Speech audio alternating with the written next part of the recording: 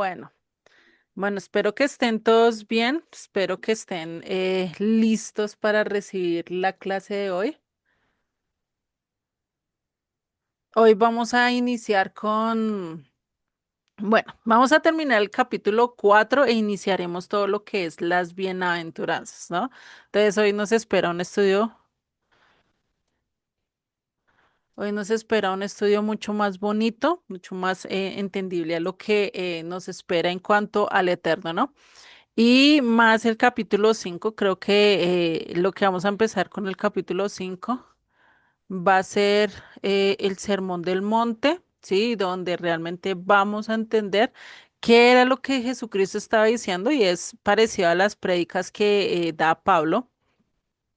Este del Sermón del Monte es parecido, ¿por qué? Porque Pablo hace primero la teoría y después la práctica. Y vamos a ver que el Sermón del Monte, estos tres capítulos, es la teoría de toda la práctica que nos muestra Jesucristo a lo largo de su testimonio, a lo largo de todo lo que él hace.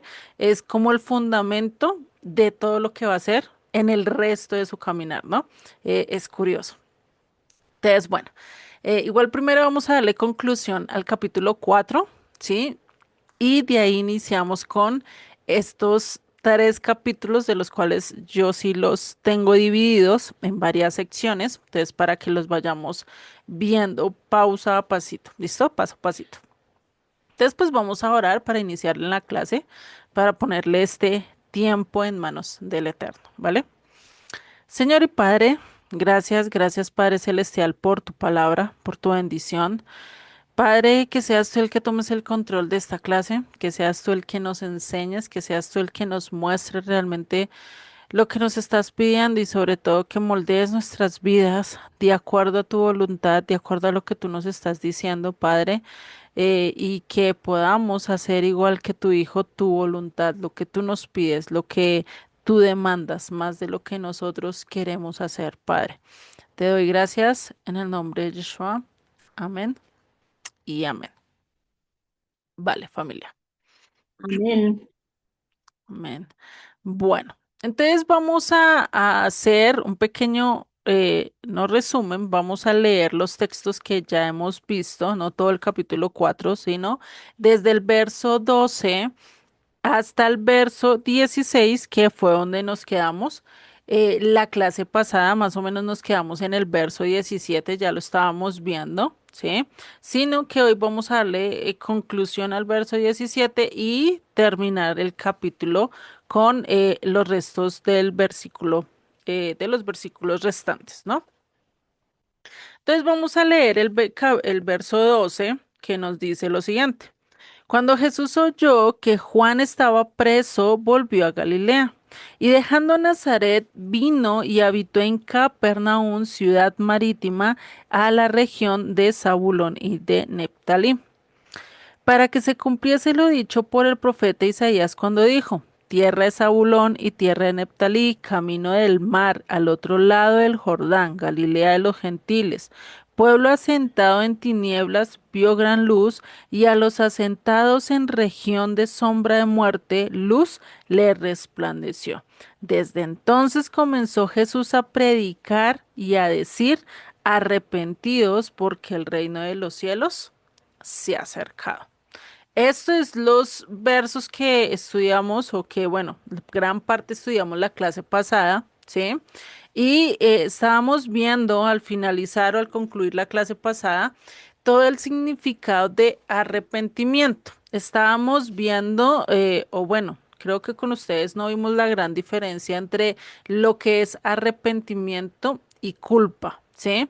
Son dos cosas totalmente diferentes y mucho más en el sentido del Medio Oriente o lo que Jesucristo nos quiere decir, ¿sí?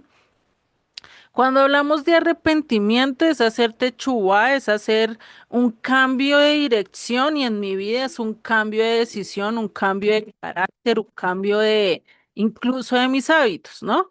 Si yo digo me arrepiento de estar gorda, ¿qué voy a hacer? Tengo que ponerme a dieta, hacer ejercicio para dejar de que de ser gorda, ¿no? Ese es por lo menos una de las prácticas que podemos hacer, ¿no? Ese es un arrepentimiento realmente, ¿no?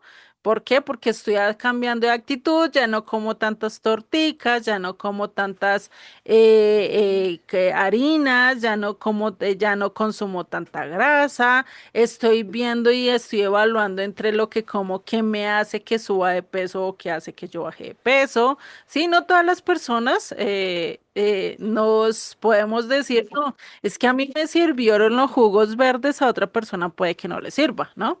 Entonces tiene que estar mirando de acuerdo a su metabolismo. Eso es un arrepentimiento. De un ejemplo muy sencillo, ¿sí? Eh, si lo pasamos a la vida espiritual, ¿sí? ¿Qué es un arrepentimiento? Es cambiar directamente mi modo de pensar, es cambiar los paradigmas o los dogmas o la doctrina que tengo o que me han establecido anteriormente y me centro en lo que Dios está diciendo. Dios dice que odia a los orgullosos y preciso yo me creo la última Coca-Cola del mundo, entonces ¿qué tengo que dejar de ser? Orgullosa, ¿no? Tengo que bajarle al tren de sentirme es muy superior y tengo que empezar, como dice Pablo, a menguar yo para que él crezca en mí, ¿no? Y pues ese no es un proceso fácil. Eso lo único y ahí es donde necesitamos a Jesucristo, a Yeshua, a Dios, ¿para qué? Para que empiece a cambiar todas estas partes, ¿no? No es como la dieta es más de voluntad, ¿cierto? Más de trabajo que yo puedo hacer, pero a nivel espiritual, el proceso lo va a hacer mucho más Dios que yo. ¿Por qué mucho más Dios que yo? Porque ustedes pueden cambiar una cana de sus cabellos. No, no pueden cambiar ni siquiera. Ay, yo quiero el color, ya no me gusta el negro, quiero que sea rojo, entonces lo voy a cambiar. Concéntrense en a ver si lo pueden cambiar. ¿Será que lo podemos hacer? No. Por sí mismos no podemos incluso cambiar nuestro carácter. Lo podemos dominar hasta cierto grado, pero cambiarlo a totalidad y que realmente se vea el cambio en nosotros por nosotros mismos es demasiado difícil. Y no sé si ustedes lo han intentado hacer de cambiar cierto carácter, cierto pensamiento o cierta actitud que posiblemente ha afectado a otros o que definitivamente a ti no te gusta. ¿Lo podemos hacer? Muy difícilmente, ¿cierto? Entonces ahí es donde realmente necesitamos, a nivel espiritual, necesitamos ¿de quién? De Dios.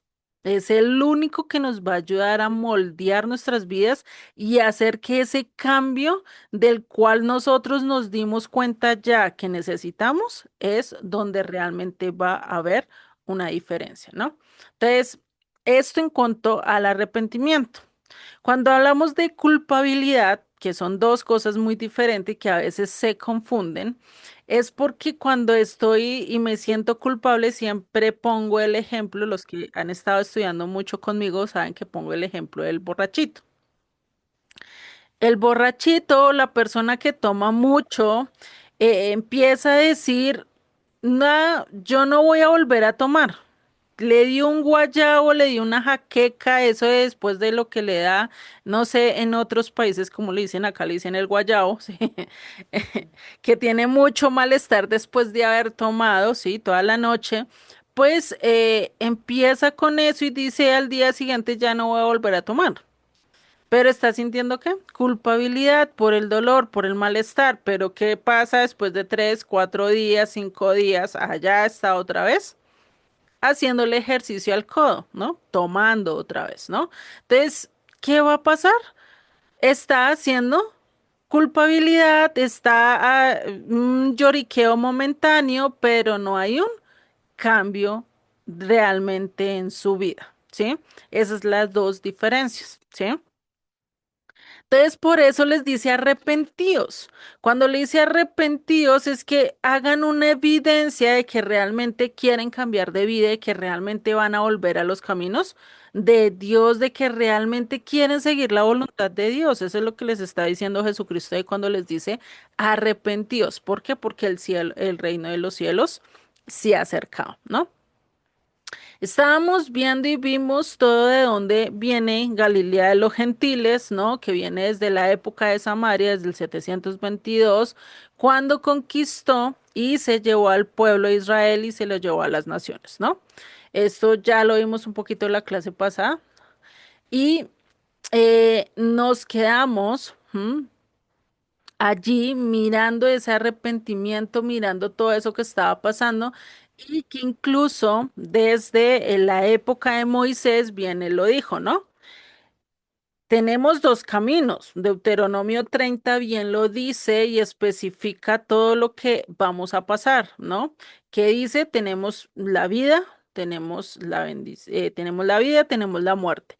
Tenemos la bendición y tenemos la maldición, ¿no? Y tenemos que escoger entre esos dos caminos. Y también puede haber un punto de retorno de esos dos caminos a los cuales yo puedo volver. ¿Sí? Que es lo importante. Y el problema con los Galileos, para que se cumpliera la profecía de Isaías, que es donde vamos a empezar a dar la conclusión, y es esta parte donde ellos, pues, estaban ¿qué? En tinieblas, ¿sí? Los Galileos del pueblo gentil, estos que nosotros hoy en día le podemos decir los samaritanos, ¿sí? Como ellos le dicen, estos samaritanos pues que estaban alejados del pacto, ellos creían en Dios a su manera, con muchas mezclas, porque a diferencia del pueblo judío, han creído en Dios, pero pues se han perdido en algunas cosas, pero los samaritanos quisieron empezar a hacer mezclas. Sí, de lo que ellos conocían de la instrucción y fuera de eso con mezclas posiblemente de otras naciones. Entonces ahí es donde Jesucristo les empieza a decir y les empieza a enseñar que las instrucciones de Dios, les empieza a mostrar la voluntad de Dios, a decirle, mire, sí, a través de mí ustedes pueden entrar, pero primero tienen que encontrar el camino correcto. Primero tienen que seguir las instrucciones para realmente conocer a Dios, ¿no? Es lo mismo que un bebé que a lo largo del camino y a lo largo del trayecto va conociendo quién es su papá. Porque un bebé de 2 años, de 0 años, ¿será que conoce a su papá? Lo conoce ¿por qué? Por la voz. Porque si le habló desde el vientre, si estuvo allí conversándole todo el tiempo, ya la voz la tenía definida, ¿cierto? Pero cuando abre los ojos, ¿será que va a distinguir quién es su papá? Por más que se le pare, le haga muecas y si el papá no le habla, va a decir este aparecido quién es, ¿sí? O va a decir, ¿y este? ¿Quién sabe quién es, cierto? Pero al momento en que habla, el niño va a sonreír y el niño va a decir, ah, este era el que me hablaba, ahora lo conozco, ahora lo entiendo, ¿cierto? Lo mismo pasa por nosotros, si nosotros no conocemos al Eterno, no conocemos qué es lo que quiere Él de nosotros, pues definitivamente nos vamos a perder. Por eso necesitamos conocer de las instrucciones de Dios, de su camino, de lo que le gusta, de lo que no le gusta, de lo que le agrada, de lo que no le agrada. Hagan de cuenta como si estuviéramos conociendo a nuestra pareja, al novio, o estuviéramos en modo de conquista, ¿no? Y esto por lo menos lo pueden decir los hombres. Cuando están los hombres en modo de conquista, eso se averiguan hasta, hasta mejor dicho, todo, ¿no? Si le gusta qué flores, cómo come, si come esto, si no come aquello, si le gusta esta ropa o no le gusta esta ropa, si les, ahí sí se averiguan todo, ¿no? Porque están en modo de conquista. Eso mismo es lo que debemos de hacer con Dios. ¿Por qué? Porque queremos agradar, porque nos estamos acercándonos para conocer a esta persona, ¿no? Y cuando estamos en ese momento de acercarnos y de querer conocer a la otra persona, pues de lógico que vamos a tratar de cometer los menos errores posibles para que se lleve que la mejor mirada, el mejor pantallazo de nosotros, ¿cierto?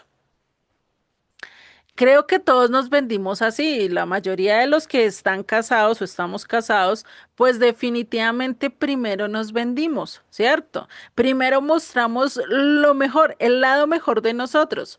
Y después del matrimonio es cuando empiezan los problemas porque a veces no mostramos realmente nuestro carácter, ¿cierto? Si eras muy bravucón y que por cualquier cosa te enojabas, pues ahí es donde, ¡pum!, la esposa se estrelló o el esposo se estrelló, ¿no? Uy, yo no sabía que eras tan enojona. Uy, no, imagínate, ¿no? Entonces, ahí es donde vemos la gran diferencia. ¿Por qué? Porque nos vendimos de una manera, pero el problema es cuando ya nos estamos dando a conocer realmente. Y con Dios pasa lo mismo. A nosotros nos lo han pintado de una manera, nos lo han mostrado de una manera, pero no lo hemos visto realmente como es Él. ¿Por qué? Porque no nos hemos acercado realmente como deberíamos, ¿sí? Que eso es cuando ya se hace directamente en una relación mucho más cercana, como lo es el matrimonio, en una convivencia total donde yo ya me voy a destapar y donde espero que Él también se muestre ante mí. Y Él ya nos mostró, Él ya se abrió ante nosotros, lo único es que nosotros nos cuesta acercarnos a Él.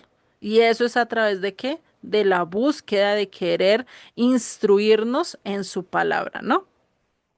Por eso él habla acerca de esto, de que se ha acercado su reino. ¿Por qué? Porque ahora podemos ver a través de Jesucristo todos los atributos que son representativos de Dios y que va a ser un ejemplo para nosotros el seguir, ¿sí?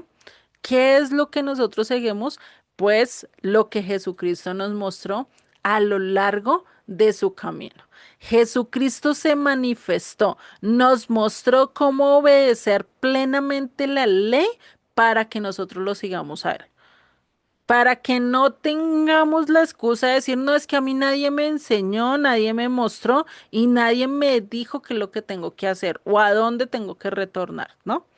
Jesucristo bien lo dijo y Jesucristo bien lo enseñó a lo largo de sus enseñanzas, que se ha un poquito tergiversado y se ha perdido su fundamento, sí, pero por eso lo ideal es que revisar y entender qué fue lo que él dijo realmente y de qué está hablando.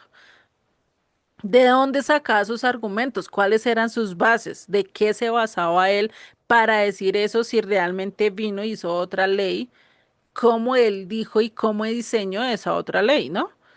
Porque pues muchos decimos, no, es que las leyes de Cristo, pero a veces las mismas leyes de Cristo son las mismas leyes de Dios, ¿no? Y por no conocer las leyes de Dios, pues nos perdemos de realmente lo importante. Sigue en el verso 18, dice, andando Jesús junto al mar de Galilea, vio a dos hermanos, Simón llamado Pedro y Andrés su hermano, que echaban la red en el mar porque eran pescadores. Y les dijo, venid en pos de mí y os haré que pescadores de hombres. Estos fueron los dos primeros discípulos que llamó Jesucristo, que fue a quién? A Pedro y a Andrés, ¿sí? O sea, curiosamente, el primer discípulo que llamó fue a quién? A Cefas, a Pedro, ¿sí? A este hombre que era pescador incluso con Andrés, ¿sí? Fue el primer llamado, les dijo, dejen las redes y síganme a mí, ¿sí? Acá imagínate, y este realmente es el llamado que Jesucristo no solo le hizo a ellos, no lo hace ya hoy en día a todos aquellos que lo quieran seguir y le dice que deje todo lo que está haciendo y siga en pos de mí, siga mi ejemplo. Estoy acá para acompañarlo, ¿sí? Descansen en mí, estás agotado, estás cansado, por eso le dice, ven, y hay una enseñanza que él dice, vengan todos los que estáis trabajados y cansados, que yo los haré que descansar, ¿no? Ese es el llamado que también a nosotros nos hace entender. ¿Qué les está diciendo a estos hombres? Venga. Dejen de estar en el mundo, dejen de seguir las doctrinas del mundo, dejen de seguir el pensamiento del mundo y yo les voy, si ustedes me siguen, les voy a enseñar mi instrucción, ¿sí? Que eso es cuando él dice, mi yugo es fácil y ligera mi carga. ¿Por qué mi yugo es fácil? Porque la enseñanza de Jesucristo era fácil, porque la instrucción de Jesucristo era fácil y eso es lo que vamos a ir estudiando a lo largo de todas las palabras que vayamos a encontrar a lo largo de estos textos de Jesucristo y no solo de eso, sino de sus hechos de su ejemplo, ¿sí? De cómo él se comportaba en los diferentes eventos que hacían. Y creo que no me voy a cansar de decirlo, no solo vamos a estudiar las palabras o las letras que Jesucristo dijo, sino también los hechos en rojo, es decir, las cosas que él hizo cuando realmente en las escrituras no habla, sino dice Jesucristo hizo tales cosas, ¿sí? Y que hablan de él como en segunda persona. Y eso es lo que vamos a ir estudiando, que realmente es importante para nosotros entenderlo, ¿sí? Él empieza a decirles, vengan en pos de mí, vengan ustedes porque ustedes van a ser el instrumento que yo voy a utilizar para traer a las naciones, para la necesidad. Empieza a darles a conocer a estos hombres que Él era el camino. Se empieza a mostrar como que como un rabino, a pesar de que no tenía los estudios con rabinos, ¿sí?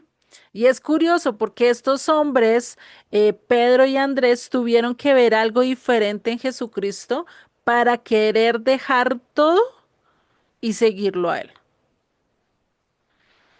Porque será que ustedes a cualquier persona y cuántas personas en el camino no le han dicho, venga, ¿para qué va a seguir haciendo eso? Venga y sígame a mí, siga el camino que yo estoy tomando, ¿no? ¿Cuántas personas no se le apareció en el camino y eso para qué estudiar y eso para qué lo otro? Venga, vámonos para allí, para tal lado, ¿no? Imagínate para esa época, Pedro y Andrés era, esa era su función, esa era su arte, esa era su profesión como tal, y de dónde conseguían la comida para su casa. Pedro ya estaba casado, lo vamos a ver más adelante que él habla acerca de su suegra, entonces ya estaba casado. Pues imagínate en ese momento y decir, dejo las redes. ¿Cómo voy a darle de comer a mis familiares, a mis amigos y todo eso? O sea, este de seguirlo a él no solo era el dejar de trabajar y ya estaba todo solucionado, sino depender totalmente de Dios. Algo que lo vemos muy parecido con Abraham. Cuando Dios le dice a Abraham, vete de tu tierra y de tu parentela, vete del lugar donde naciste, de todo lo que conociste, de todos los ídolos que hay allá, salte de allí. Es un cambio radical. De vivir de una ciudad establecido a ser nómada y estar caminando y estando en medio del desierto, en medio de lugares y estar caminando todo eso, pues fue un cambio pues, radical, ¿no? ¿Y cuántos de nosotros estamos dispuestos a hacer semejante cambio?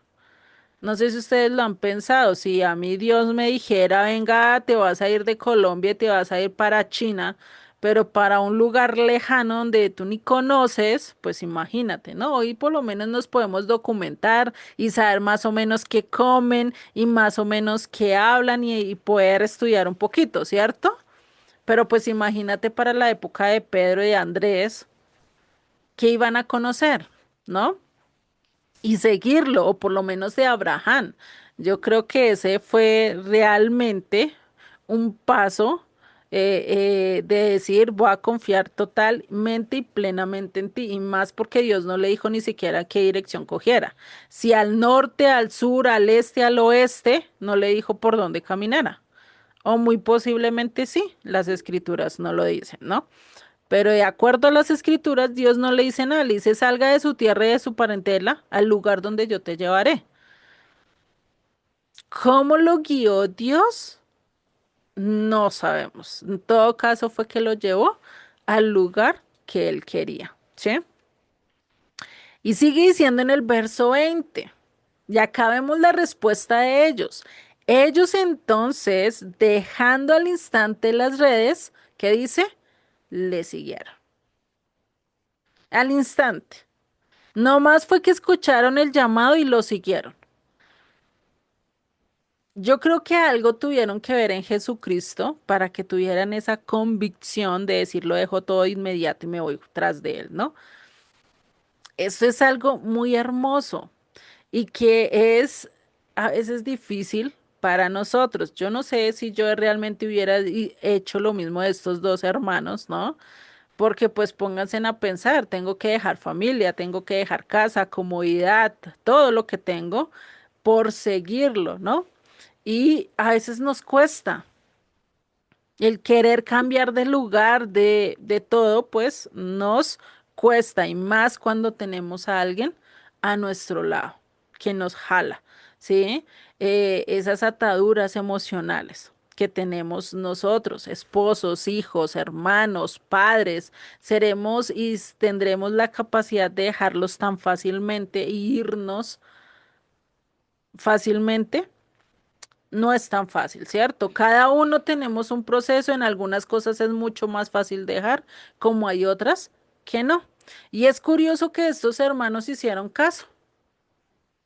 Después dice, pasando de allí, vio a otros dos hermanos, Jacobo, hijo de Zebedeo, y Juan, su hermano, en la barca de Zebedeo, su padre, que remendaban sus redes y los llamó.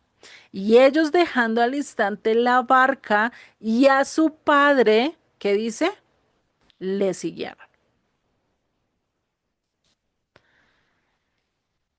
Esto, o sea, menospreciaron sus profesiones, menospreciaron todo con tal de seguir a Dios, a Jesucristo. ¿Vieron algo en Jesucristo que dijeron? Este es el mejor camino. Incluso este padre Zebedeo, dejarlos ir. Porque recordemos que para esa época el que dejaba y el que dejaba a su padre tirado era de mala honra, eso era desvergüenza, ¿sí? Pero algo tuvieron que ver, algo entendieron en Jesucristo que dijeron, este es el camino. Y sigue diciendo en el verso 23, recordemos acá solo hay cuatro discípulos que llamó, ¿sí? Y todos fueron pescadores, ¿no? Y son de la región de ¿qué? De Galilea, está en Galilea, ¿sí? Para que lo vayamos teniendo presente. Sigue en el verso 23, y recorriendo Jesús toda Galilea, enseñando en las sinagogas de ellos y predicando el evangelio del reino, sanando toda enfermedad y toda dolencia en el pueblo. O sea, desde el inicio, Jesucristo que ya estaba haciendo, sanando enfermedades. Nosotros pensamos que posiblemente empezó después del leproso o hizo después otras, no, pero ya desde acá Jesucristo estaba sanando enfermedades, dolencias y estaba predicando el evangelio del reino. Y muchos nos han dicho, se nos ha enseñado mucho en la doctrina cristiana, que nos dicen que Jesucristo es el Evangelio. Es decir, que el Evangelio es que Jesucristo vino y murió y resucitó por nosotros. Pero si acá Jesucristo estaba iniciando su ministerio, ¿cómo iba a predicar eso? Si no siquiera había muerto, no le habían conocido así realmente y ni siquiera había resucitado, ¿no? Ni siquiera había anunciado su muerte y su resurrección, porque él lo anuncia cuatro veces en este libro de Mateo, ¿sí? Pero realmente acá ni siquiera lo había anunciado. Entonces, ¿cuál era el evangelio que estaba predicando? Pues lo que vemos en Isaías, ese que se resume es tu Dios reina.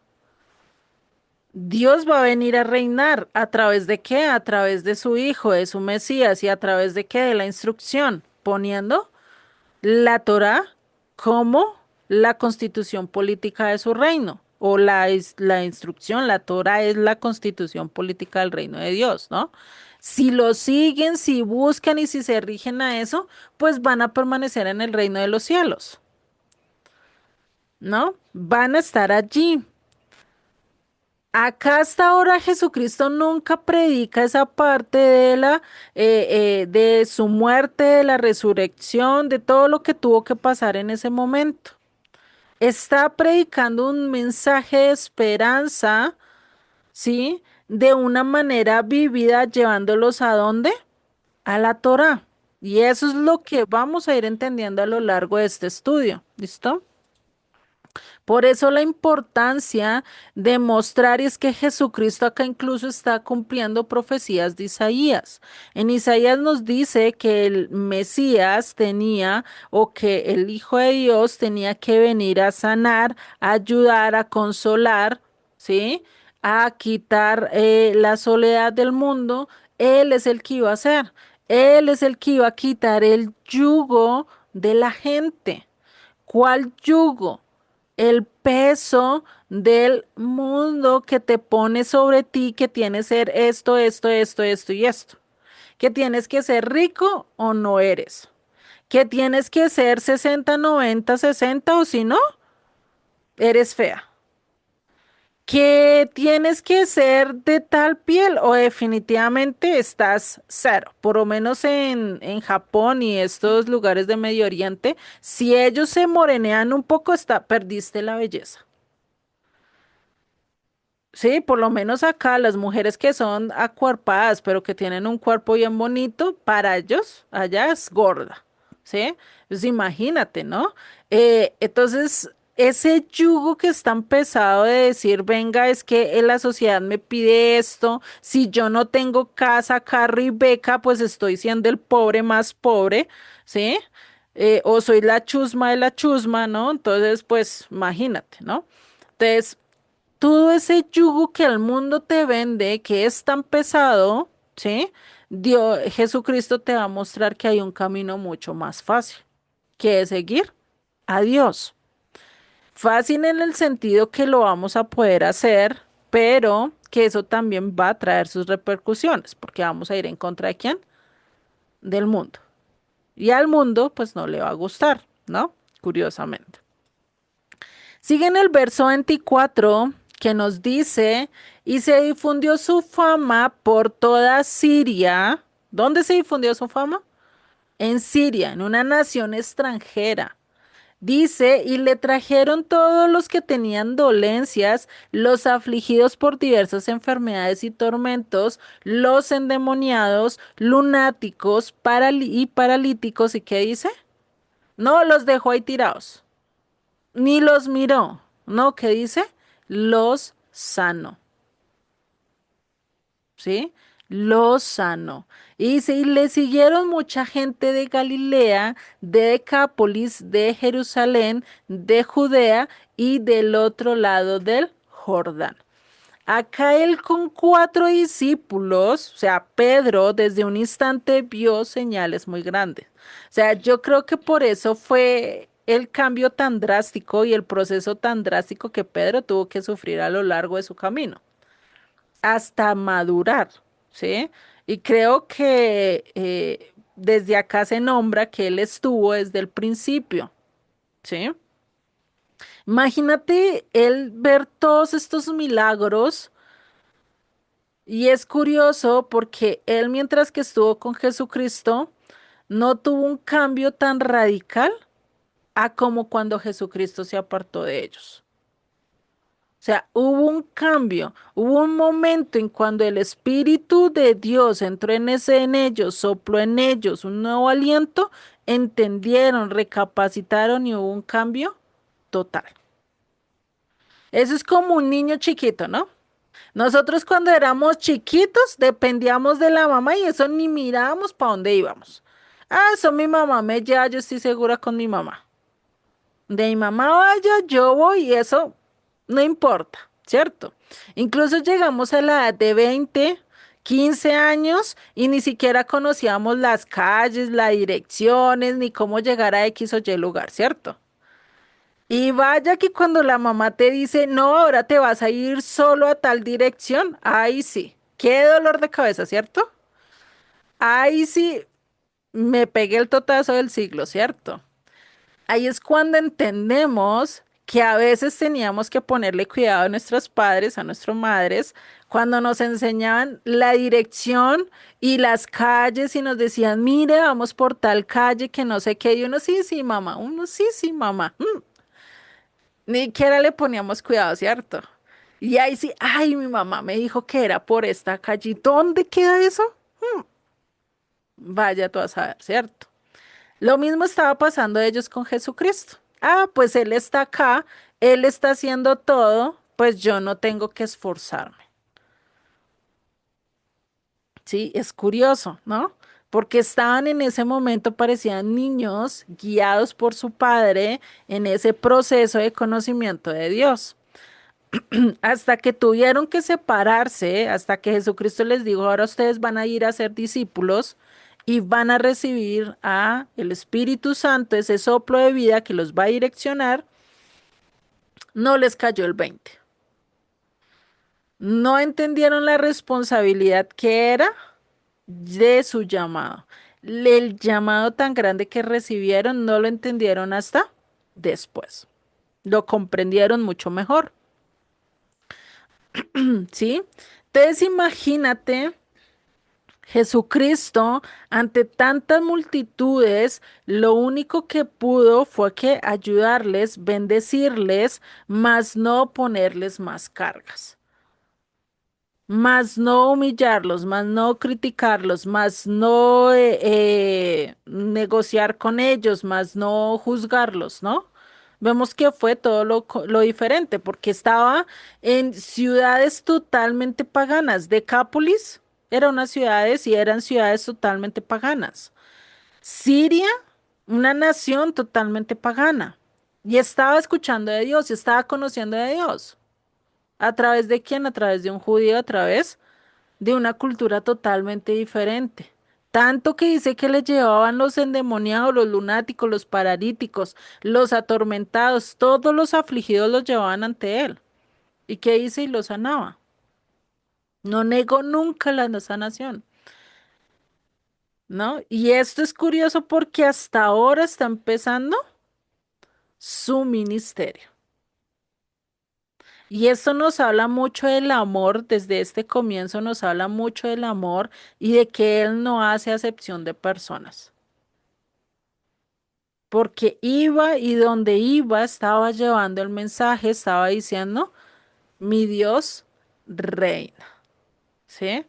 Eso estaba diciendo. Yo vengo a hacer y vengo a traer el reino de los cielos a este mundo, ¿sí?